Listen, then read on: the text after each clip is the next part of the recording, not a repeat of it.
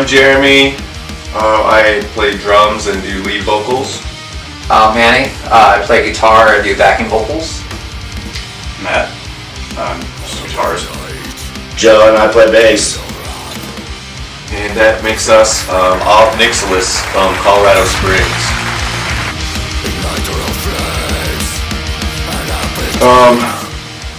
The meaning of the band name, we got it from a Magic the Gathering card. It's kind of one of the archdemons.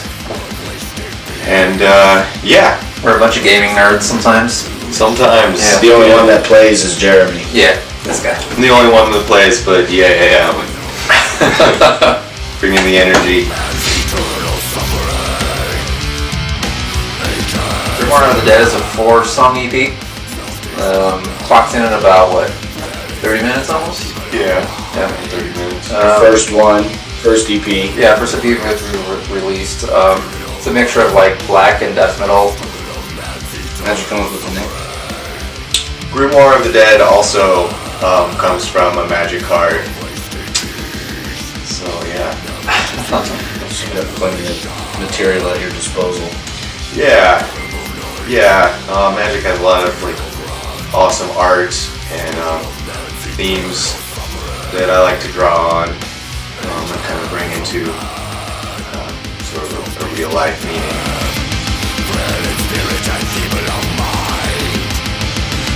So a lot of the lyrics on the EP, I try and keep those understandable, I guess, relatable to some degree. He does all the lyrics. We don't touch the lyrics at all. They don't touch them, they're not allowed to touch them. But yeah, I mean, there's songs about violence, revenge, survival, destruction of the planet, poverty, social ideals, cosmic chaos a little bit. You have to include that. Stuff you can listen to with your grandparents. With your grandparents. That's right. We've hit the elderly community pretty well. Yeah. That's right.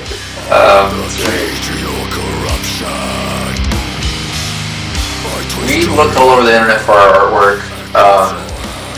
We had to go looking at places out of the United States, and we got more luck there actually with a lot of our logo design and our artwork.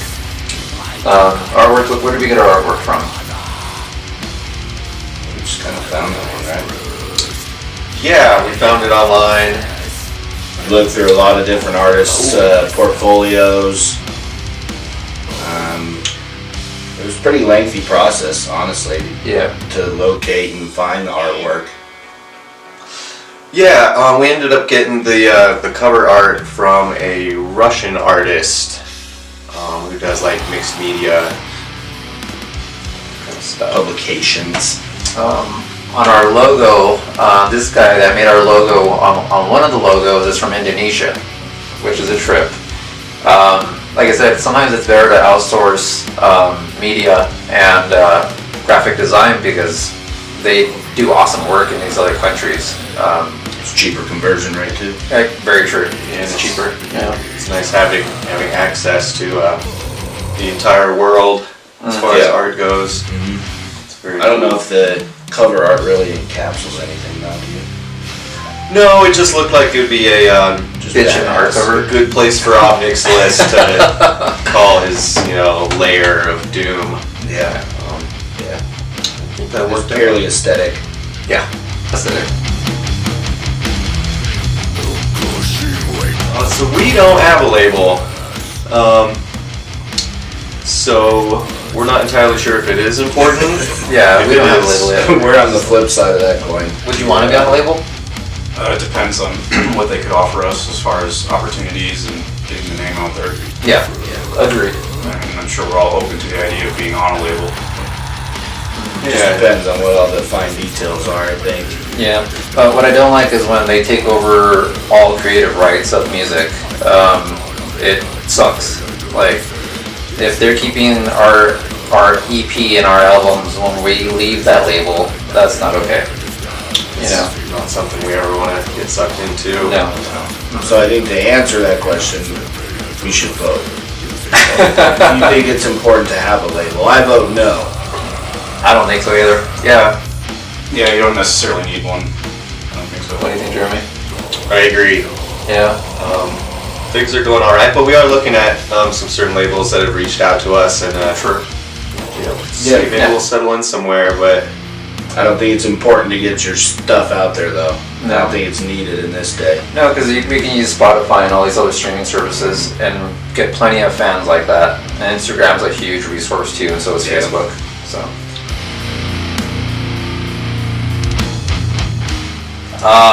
So I started playing piano. I play guitar now for the band, but I started playing piano probably like around 12, and I was self-taught. I had a buddy that played keyboards, and I went to his house one day, and I was like, "Dang, you're freaking awesome!" He showed me a few chords, and I just was self-taught after that. Interestingly, though, piano translates really well to guitar. It's not the same instrument at all, but if you know music theory, you'll figure out a guitar, and that's how I started learning guitar also. Mostly self-taught. What about you, Jeremy? I started playing drums when I was 13, and one of my earliest bands was with Joe here back in the day. And then I branched off to some other instruments and came full circle back to drums. And Jeremy plays mandolin also, which is pretty sweet. Jack of all trades over here. Yeah. You have a solo project too. Yeah. I do. I like to play other instruments in my solo project, Oaken Throne, which is kind of a progressive instrumental folk type thing. For me, it was probably about 10 years old. I started taking piano lessons. I was voluntold by my parents to take piano lessons. I hated it at the time. Then finally got a bass whenever I was probably like 13 or 14, and ever since then it's just been a bass guitar ride for me. Growing up, I didn't really have a big interest in music. It was probably when I was right around my teenage years when it started to interest me. So I got my first guitar at 15 and just took lessons for 2 years and stuck with it. Just eventually, the more and more I got into darker music, the more it made me want to play and write my own music. So just kind of grew from there, pretty much. When you started learning guitar, what were the founding bands that you were playing? A lot of Metallica. That was a big band for me when I was growing up, as they are for a lot of people, I'm sure. Yeah. What about you, Joe? I was playing jazz back in the day, man. Really? Oh yeah. Yes. I didn't know that about you. Good, man. Oh yeah. Nice. Oh yeah. I played. I learned. I started playing piano, so I started learning a lot of Beethoven, the classics, and then started getting into Yanni and stuff like that. Really weird, I guess, new age music. And then I got into guitar and guitar basics like Matt said, Metallica. Started learning some Slayer, some Iron Maiden, and then I was introduced to Megadeth, and that was fun. And then I had a buddy that was into black metal. He showed me Venom, and he showed me Dissection, and that just opened my horizons for guitar and what's capable. You Jeremy? Definitely. Yeah. Love it all. Dream Theater. Dream Theater. Your musical influence when you first started playing music. What were you into? Okay. Yeah, I got into the heavy stuff of the day, Slipknot and Godsmack and Korn and all that. And then I was lucky enough to get introduced to a lot heavier, a lot more interesting metal once high school came about. Nice. Yeah, and then Philip Glass made me want to play piano too. Oh, nice. Glass.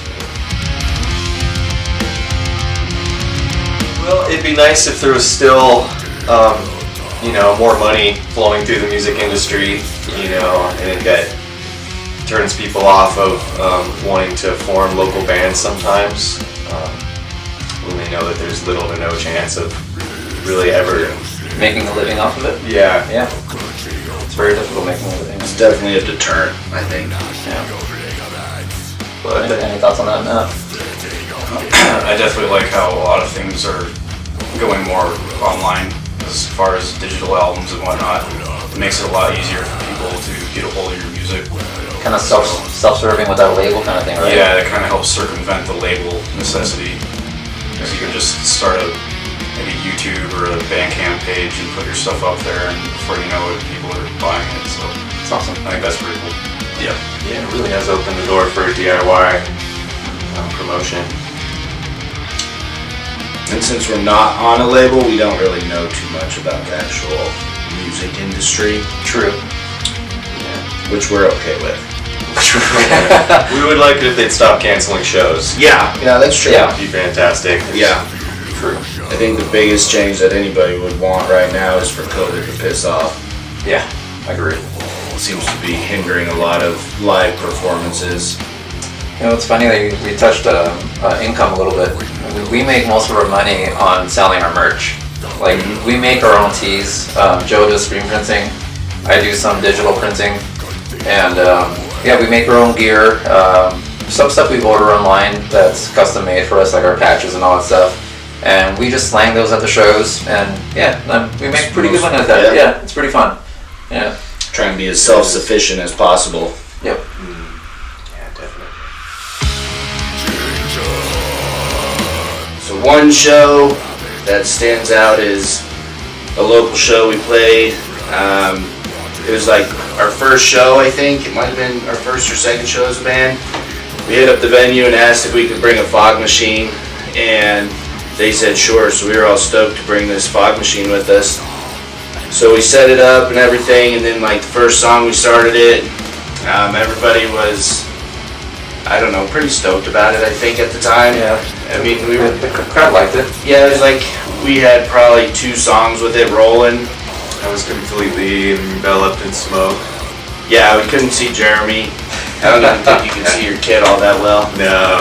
I have the controller in my back pocket to activate the smoke. And this was before Matt was playing with us, but Matt was there, so he can attest to what it was like in the crowd's perspective. I was in the audience.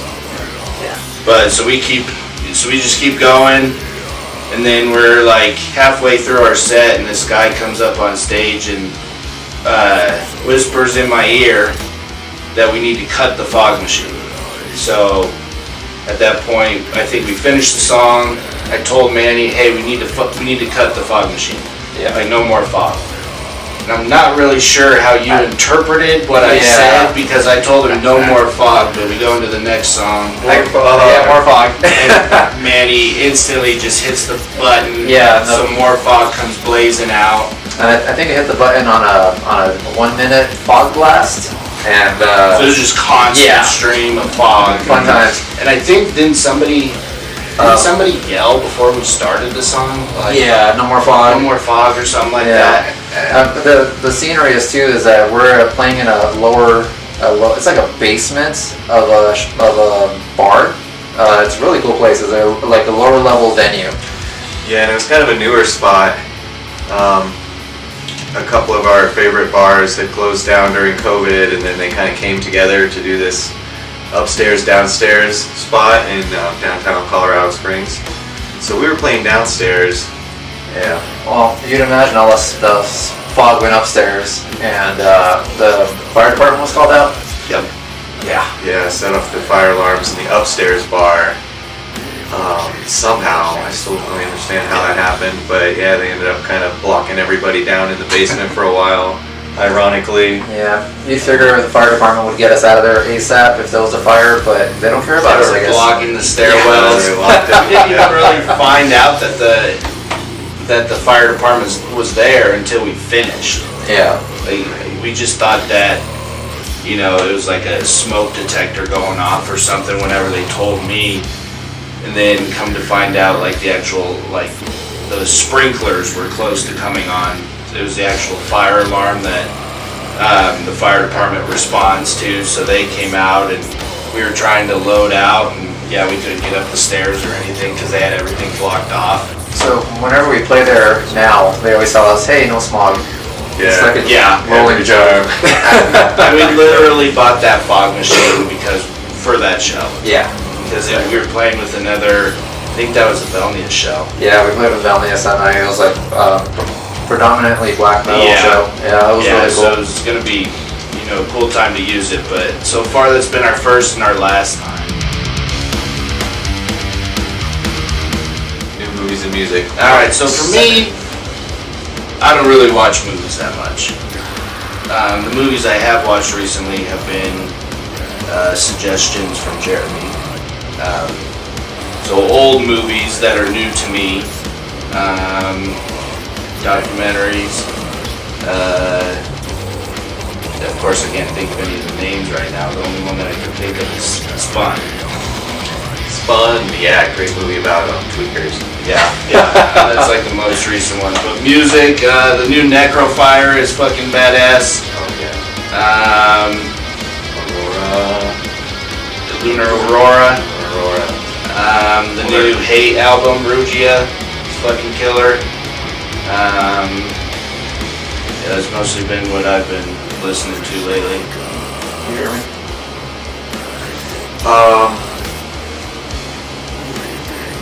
Yeah, I've been.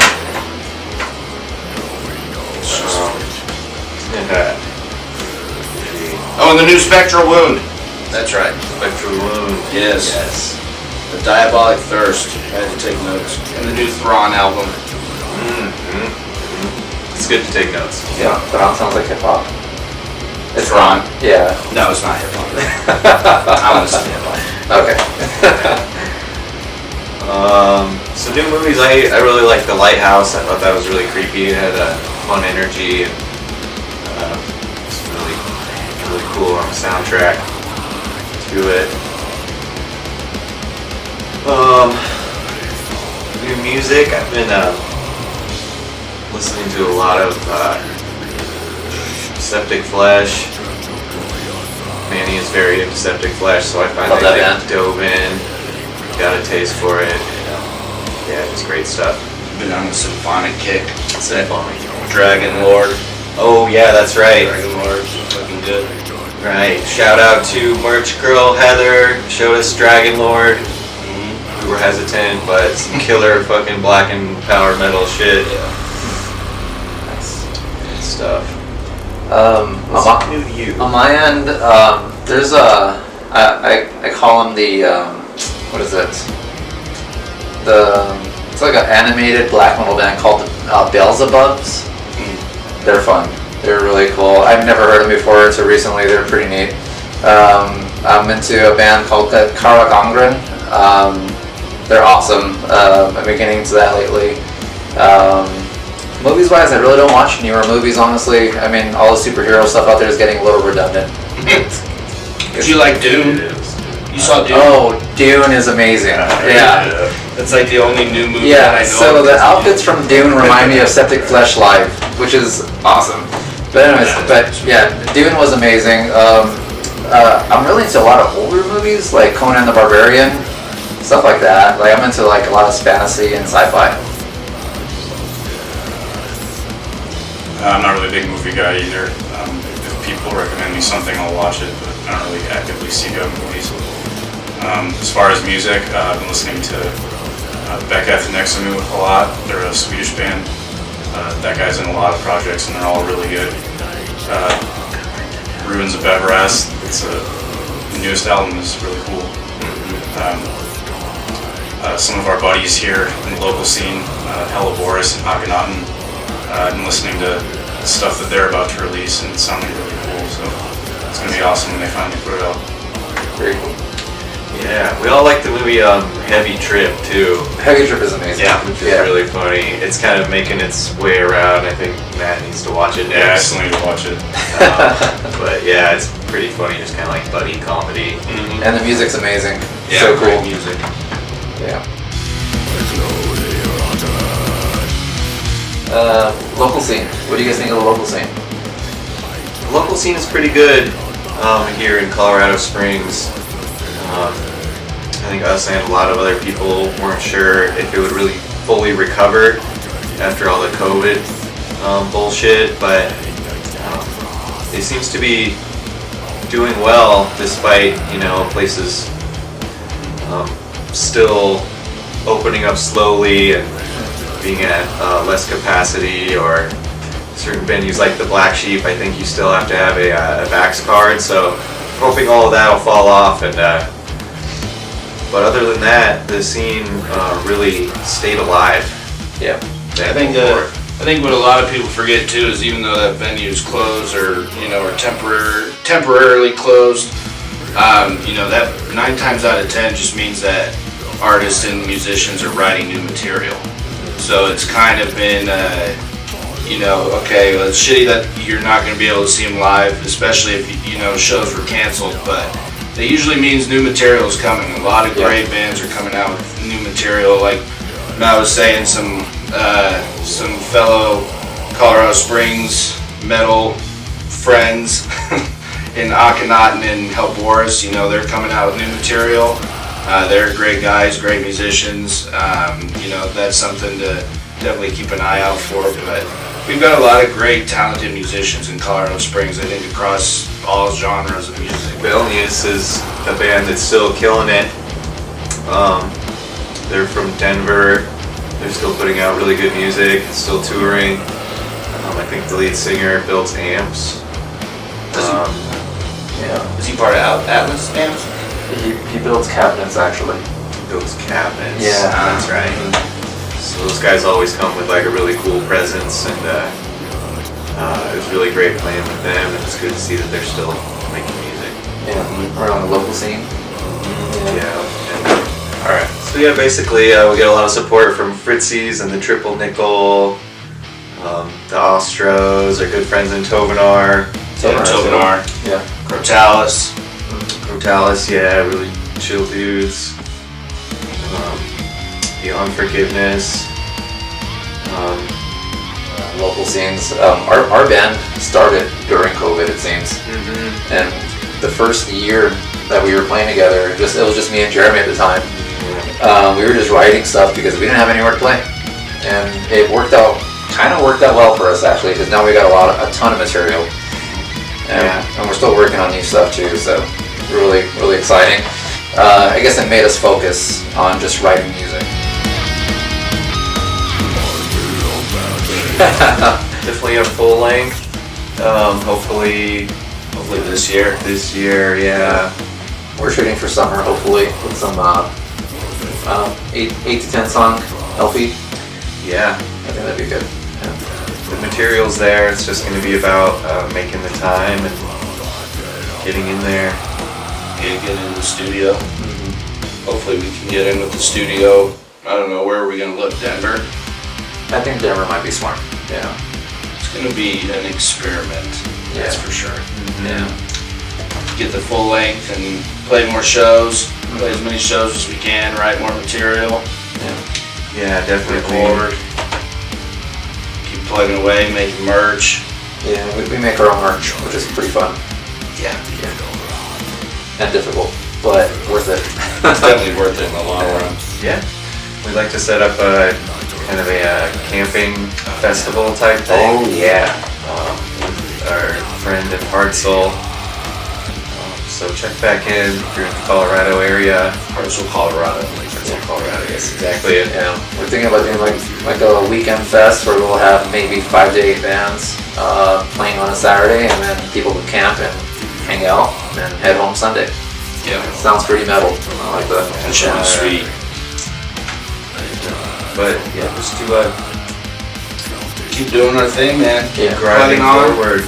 Yep. We gotta get the name out there, the music's out there. Shout out to Heather, the merch girl.